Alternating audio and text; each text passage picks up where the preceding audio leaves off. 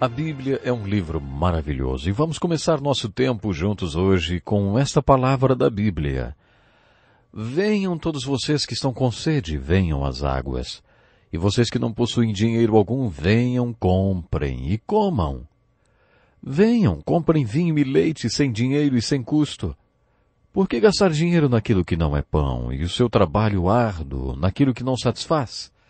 Escutem-me. E comam o que é bom, e a alma de vocês se deliciará com a mais fina refeição. Deem-me ouvidos e venham a mim, ouçam-me, para que sua alma viva.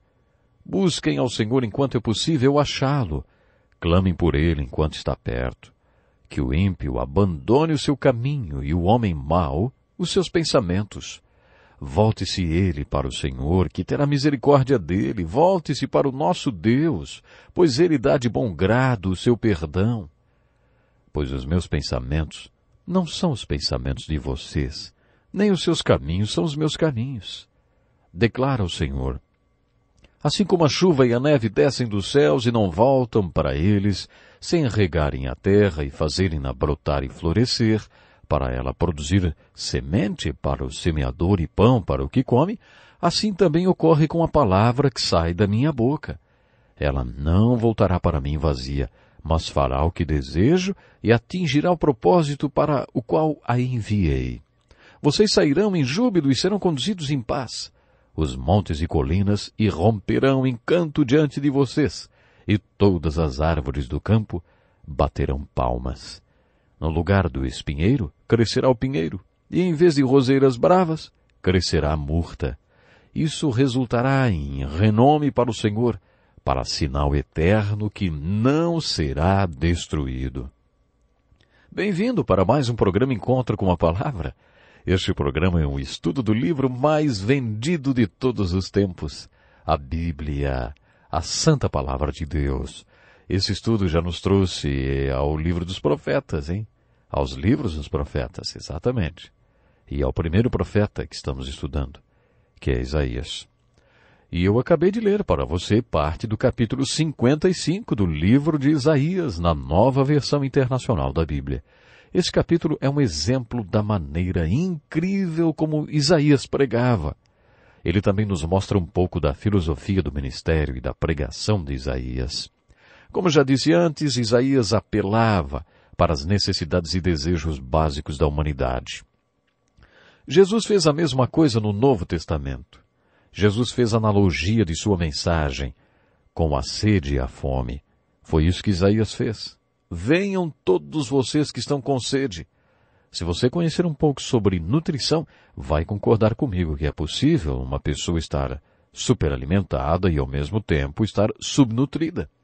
Quando você ingere mais calorias do que consome, todas suas calorias excedentes vão para um depósito e você se torna obeso. Se você está obeso, não quer dizer necessariamente que você esteja nutrido. A obesidade pode significar superalimentação e subnutrição. Este foi o tema focalizado por Isaías, capítulo 55.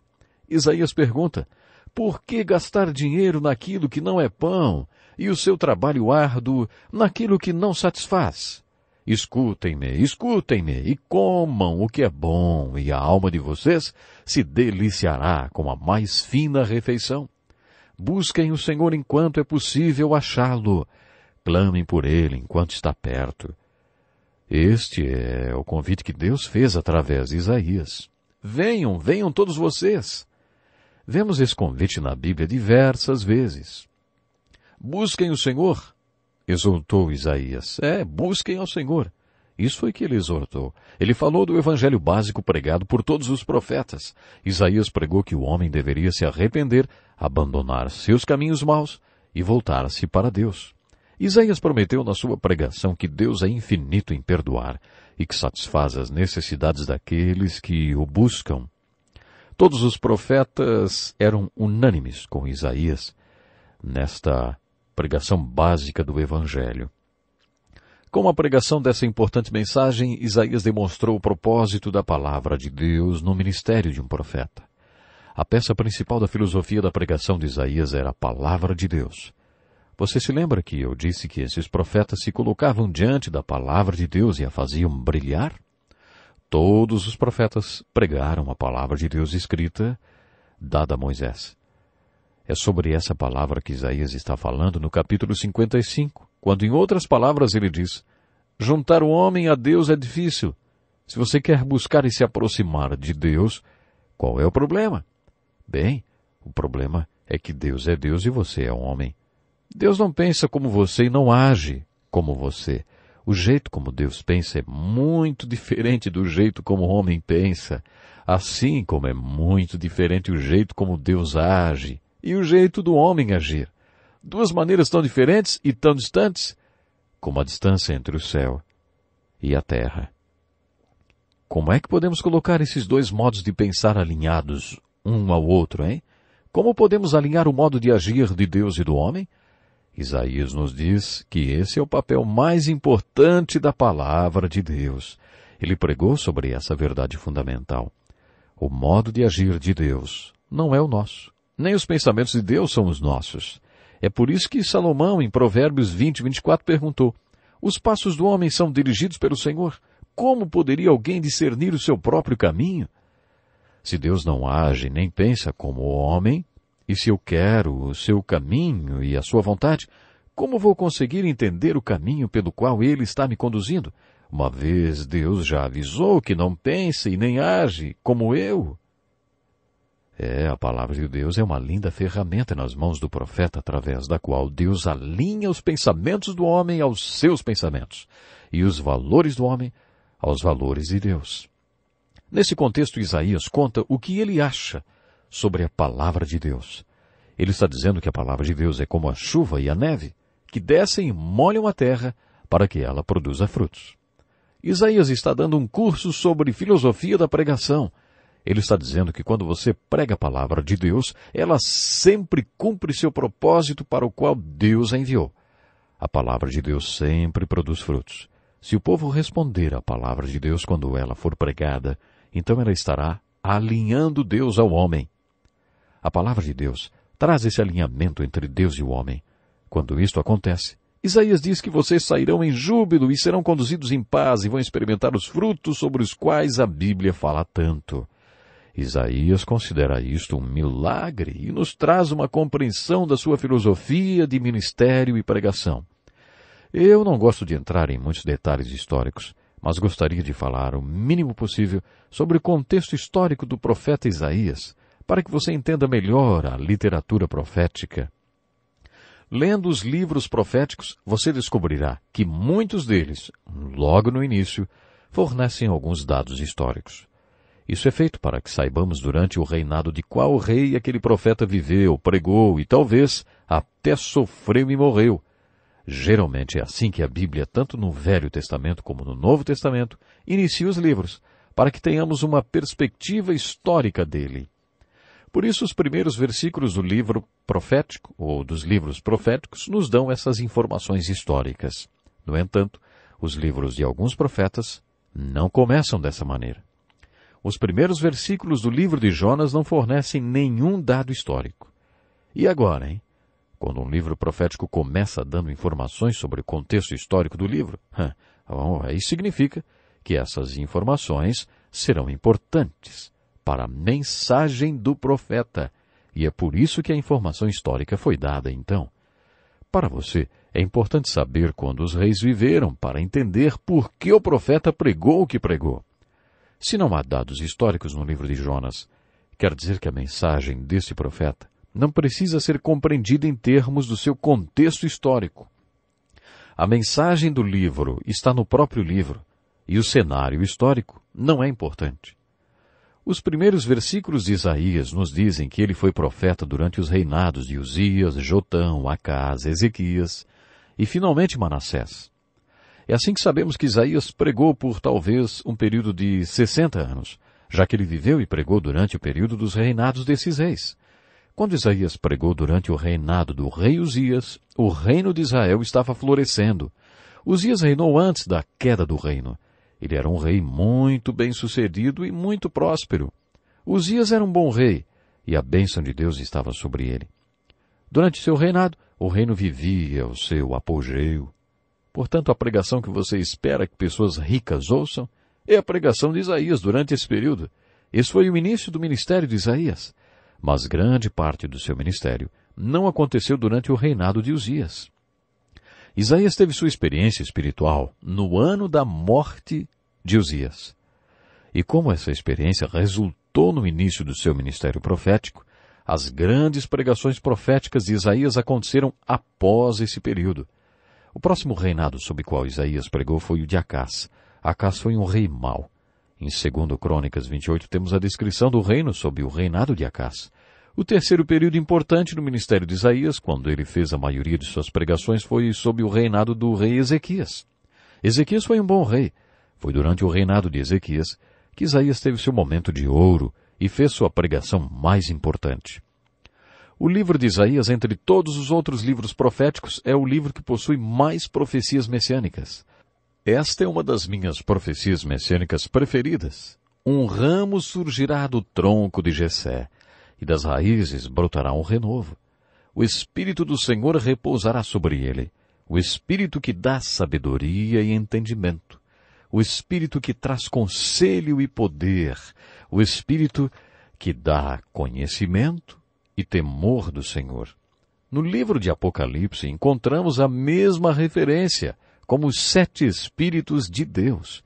Mas o que são esses 7 Espíritos de Deus? Muitos estudiosos acreditam que os capítulos 4 e 5 do Apocalipse sejam uma interpretação simbólica e uma aplicação da profecia de Isaías capítulo 11, versículos 1 e 2. Quando Isaías fala sobre a vinda do Messias, ele quer dizer que o Messias que virá será cheio do Espírito de Deus. Ele manifestará o Espírito de Deus e expressará a essência de Deus de 7 maneiras diferentes. Da sua vida virá o espírito de conhecimento, o espírito de entendimento, o espírito de sabedoria, o espírito de conselho, o espírito de poder, o espírito de adoração e o espírito do Senhor. De acordo com Isaías, Jesus será a expressão perfeita da essência espiritual de Deus. Isso significa que ele expressará o espírito do conhecimento e do entendimento, e conhecerá e entenderá perfeitamente a palavra de Deus. Sabedoria significa a aplicação do conhecimento. Isaías está nos dizendo que Jesus terá o espírito de sabedoria. De acordo com Isaías, o Messias saberá como aplicar a palavra de Deus nas situações da vida real. Ele mostrará aos outros como aplicar a palavra de Deus em suas vidas, o que significará que tem o espírito do conselho.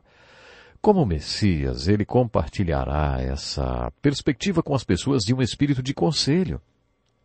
Haverá uma dinâmica de mudança de vida. Isso significa que o Messias demonstrará o espírito de poder e força. Depois, Isaías profetiza que haverá o espírito de adoração no Messias. De acordo com Isaías, essas serão as 7 expressões do Espírito de Deus na vida do Messias. Na linguagem original do Novo Testamento, carismata é a palavra que descreve os dons do Espírito, o que significa que o Espírito Santo se expressa dando ao povo de Deus dons espirituais. A discussão a respeito do Espírito Santo provoca muita divisão e confusão no meio evangélico, porque as pessoas cometem alguns erros na maneira como se referem ao ministério do Espírito Santo. Por exemplo, você já ouviu a expressão um crente cheio do Espírito Santo? Já ouviu, não? Pois é. Algumas pessoas já me perguntaram se eu era cheio do Espírito. Eu pensei e respondi. Bom, nem sempre. E você, hein? Há uma ideia implícita de que existem 2 tipos de crentes, não é? Os cheios do Espírito e os outros que nunca estão cheios do Espírito. Será que é isso que a Bíblia diz quando usa a expressão cheio do Espírito? A Bíblia ordena que todos sejam cheios do Espírito. Espero que todos nós tenhamos esse desejo de ser realmente cheios do Espírito. Mas o que significa ser cheio do Espírito? Lemos no livro de Atos que Pedro, cheio do Espírito, pregou aquele importante sermão do dia do Pentecoste. Mais adiante, lemos outra vez que Pedro, cheio do Espírito, pregou novamente e milhares de pessoas foram salvas. E mais outra vez lemos que Pedro, cheio do Espírito, fez uma coisa e outra. Será que entre essas ocasiões em que as Escrituras mencionam que Pedro estava cheio do Espírito, ele continuou cheio do Espírito? O apóstolo Paulo ordenou em Efésios capítulo 5, não se embriaguem com vinho, mas deixem-se encher pelo Espírito. Literalmente o que ele disse foi, não fiquem sob a influência do álcool. Isso mesmo, não fique sob a influência do álcool, fique sob a influência do Espírito. Você está vendo? O Espírito é uma pessoa. Então, ou você tem a pessoa do Santo Espírito, ou você não tem a pessoa do Santo Espírito. Hoje temos a chamada teologia líquida, né? Quando falamos sobre ser cheio do Espírito, pensamos logo em um copo. Este copo pode estar cheio pela metade, pode estar 1/3 cheio, 2/3 ou completamente cheio. Não é isso que a Bíblia quer dizer com a expressão cheio do Espírito. O Espírito não é água, ele não é um líquido, ele é uma pessoa. Ou você o tem ou você não o tem. A questão não é quanto do Espírito você tem, hein? A verdadeira questão é quanto de você o Espírito Santo tem. Uma vez que o Espírito entra em sua vida, a questão passa a ser quanto de você ele tem. Quando o Espírito Santo tiver tudo de você, você será cheio do Espírito. Um homem cheio do Espírito é um homem controlado pelo Espírito. Assim como um bêbado está sob a influência do álcool, você fica sob a influência do Santo Espírito. É isso que significa ser cheio do Espírito. Outra pergunta é, se você frequenta uma igreja cheia do Espírito ou se você é um crente cheio do Espírito, como você e a sua igreja são, hein? Quais são as evidências de que os dois são cheios do Espírito? Como é uma pessoa cheia do Espírito? Acho que também neste ponto cometemos muitos erros, porque achamos que temos certas credenciais espirituais. Dizemos que uma pessoa cheia do Espírito fala em línguas, fala profecias ou possui formas diferentes de adoração, e que isso é ser cheio do Espírito. De novo, não é bem isso que a Bíblia ensina. Nenhum de nós deveria ter medo de ser cheio do Espírito. Sabe por quê? Se fôssemos cheios do Espírito, seríamos totalmente controlados pelo Espírito de Deus e expressaríamos a essência do que Deus é em seu Espírito. Seríamos assim como Jesus foi. Jesus Cristo era 100% controlado pelo Espírito. Ele era 100% cheio do Espírito o tempo todo. Como ele era, hein?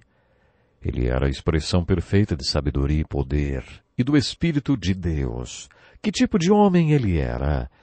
Ele era cheio do Espírito porque falava em línguas e adorava de maneira diferente? Não. Ele era cheio e controlado pelo Espírito porque tinha o Espírito de conhecimento, entendimento, sabedoria, conselho, poder e adoração. Ele amava no Espírito de adoração. Esta era a sua manifestação preferida do Espírito. Todas essas manifestações do Espírito de Deus estavam presentes na vida de Jesus Cristo. Em Isaías 11, temos uma linda ilustração de como o Messias será em seu Espírito quando ele vier e como você deveria ser todo dia, o dia todo. A palavra cristão significa um com Cristo. Se vamos ser como Cristo, então devemos ser cheios do Espírito assim como ele era. Em Isaías 40 encontramos mais uma linda profecia messiânica. Uma voz clama, no deserto preparem o caminho para o Senhor, não é? Uma voz clama no deserto, preparem o caminho para o Senhor. Façam no deserto um caminho reto para o nosso Deus. Todos os vales serão levantados, todos os montes e colinas serão aplanados. Os terrenos acidentados se tornarão planos. As escarpas serão niveladas. A glória do Senhor será revelada e juntos todos verão, pois é o Senhor quem fala. Quando João Batista, o maior profeta, já nascido de mulher, começou a pregar, ele começou com este sermão de Isaías. No 3º capítulo de Lucas, João Batista pregou, como está escrito no livro das palavras de Isaías, o profeta. Voz do que clama no deserto, preparem o caminho para o Senhor, façam veredas retas para ele. Todo vale será aterrado e todas as montanhas e colinas niveladas. As estradas tortuosas serão direitadas e os caminhos acidentados aplanados. E toda a humanidade verá a salvação de Deus. Este é um dos mais importantes sermões de Isaías. Isaías pregou que Deus estava vindo a este mundo na pessoa de seu filho, o Messias. Isaías compara essa vinda com a jornada de um rei. Se um rei estivesse em uma jornada para uma vila distante, construiriam para ele uma rodovia, para que ele viajasse nela e a chamariam de a rodovia do rei. Para construir uma estrada você nivela os montes, endireita os caminhos tortos e aplana o terreno. O resultado é uma rodovia. Isaías usa essa ilustração do dia a dia e diz: Deus quer viajar neste mundo, mas ele precisa de uma estrada. A rodovia pelo qual Deus virá a este mundo é a vida de seu filho. A vida do Filho de Deus vai ser uma vida cujas montanhas do orgulho serão niveladas. Os vales serão preenchidos. Os caminhos tortos do pecado serão endireitados, e a resposta do Filho de Deus é que ele aplanará os caminhos ruins. O resultado será uma rodovia pela qual Deus poderá viajar nesse mundo e toda a carne verá a glória de Deus através dela, através dessa vida perfeita. Quando João Batista pregou o sermão de Isaías, ele disse: toda a carne verá a salvação de Deus quando essa estrada estiver pronta.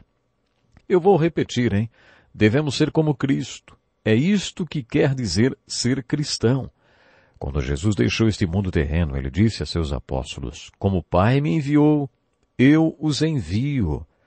As nossas vidas devem ser estas rodovias para Deus. Faça essa oração: Deus, faz da minha vida uma estrada, pela qual o Senhor possa viajar por este mundo. Não se espante se, depois de fazer essa oração, os tratores espirituais de Deus aparecerem nivelando sua vida, enchendo os vales e endireitando os caminhos tortos. Foi isso que você pediu. Outro lindo sermão e profecia sobre o ministério de Jesus está em Isaías capítulo 61. Jesus começou seu ministério de 3 anos com um manifesto, o chamado Manifesto do Nazareno. Este manifesto está registrado no capítulo 4 de Lucas. Jesus foi para a sinagoga de sua cidade natal e pediu o livro do profeta Isaías. Ele abriu o livro e leu: O Espírito do Senhor está sobre mim, porque ele me ungiu para pregar boas novas aos pobres. Ele me enviou para proclamar liberdade aos presos e recuperação da vista aos cegos, para libertar os oprimidos e proclamar o ano da graça do Senhor. Se você comparar a profecia de Isaías no capítulo 61 e a citação de Jesus em Lucas 4, perceberá que ele parou no meio da sentença. O versículo de Isaías continua dizendo: para proclamar o ano da bondade do Senhor e o dia da vingança do nosso Deus. Jesus não leu essa parte da vingança porque ela se refere à segunda vinda ou advento do Messias. O Messias voltará e se vingará de todos os inimigos de Deus. Mas Jesus parou no meio da sentença e devolveu o livro ao rabi e disse: hoje se cumpriu a Escritura que vocês acabaram de ouvir. Vamos ficando por aqui. Como é bom mergulhar nessas verdades bíblicas. Programe-se para estar conosco no próximo programa. Até lá.